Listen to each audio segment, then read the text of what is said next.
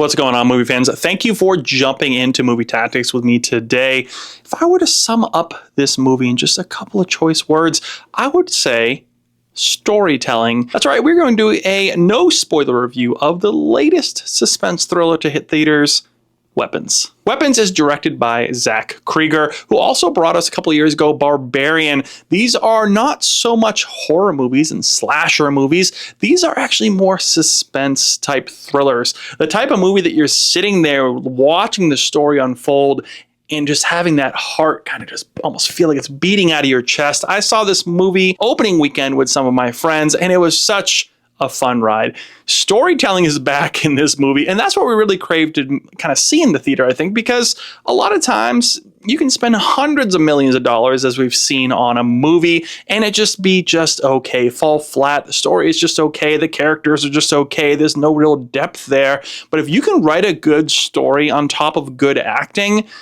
it's a winner. You don't have to spend all that kind of money, and Weapons brings that to the table. Not only that, but you get closure. You get something where it's not going to be a mystery on what happens. Now, of course, in the trailer, we see these kids at 2:17 a.m. on one fateful day from an elementary school with this teacher they had in elementary school who's very suspicious throughout the whole thing, right? They all run out their front doors in a Naruto run straight to Area 51 into the darkness, right? And that's where it lies. You don't really know what happened to these kids. They leave it a really good mystery until maybe towards the end of the movie a little bit. You kind of start seeing hints on what's going on and what's happening. And the storytelling is phenomenal. You have this point of view, which is something that's a big part of this storyline, is some character, the next character, the next character, and you follow through on where they are, what they're doing in the past that kind of brings them to this town now, or where they were that day the kids went missing, what happened after the kids went missing, where did they go to kind of look for these kids, what are their thoughts on what happened. And it's a very fascinating story. And there's even some guy who's like a drug addict who's kind of helping look for the kids in a way, but only to kind of benefit the fact that he's stealing iPods and iPads and stuff like that. And there's also this cop in the movie. There, of course, is a teacher who's the female Silver Surfer. Thanos is one of the dads of one of the kids who's missing.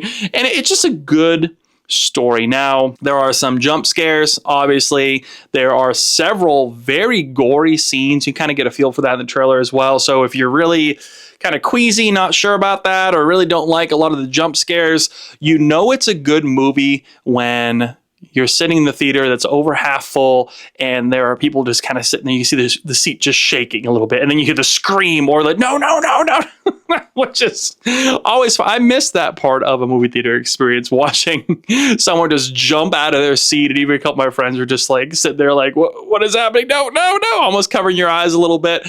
But it's great to see closure in this type of movie. You have the suspense, you have the heart racing throughout the whole movie, and you feel something out of it, which is great, because when this movie ended, at the end of this movie, once you figure out the thing that's happening and what happened to these kids, what led up to these kids running out at 2:17 a.m., and it's a very unique way they do it, which is phenomenal. I would never have thought, and you really don't know throughout the whole movie what's going on. They really keep it a mystery. They cut the story short on each one of the characters while you're watching it. If you can't tell, I was excited about it. So much so that after the movie, you stand out either right outside the cinema, like the door right there in the cinema, or right outside into the parking lot there, and you kind of chat about it. You talk about, wow, did you see that? All right, so what do you think about this? What do you think about this?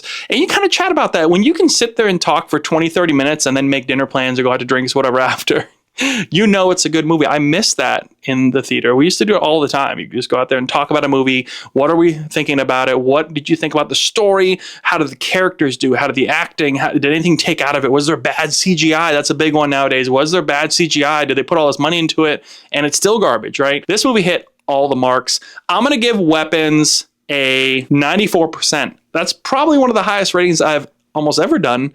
But I enjoy a good story. I don't need a slasher with blood and gore, constant jump scares. I really want something that's suspenseful and thrilling.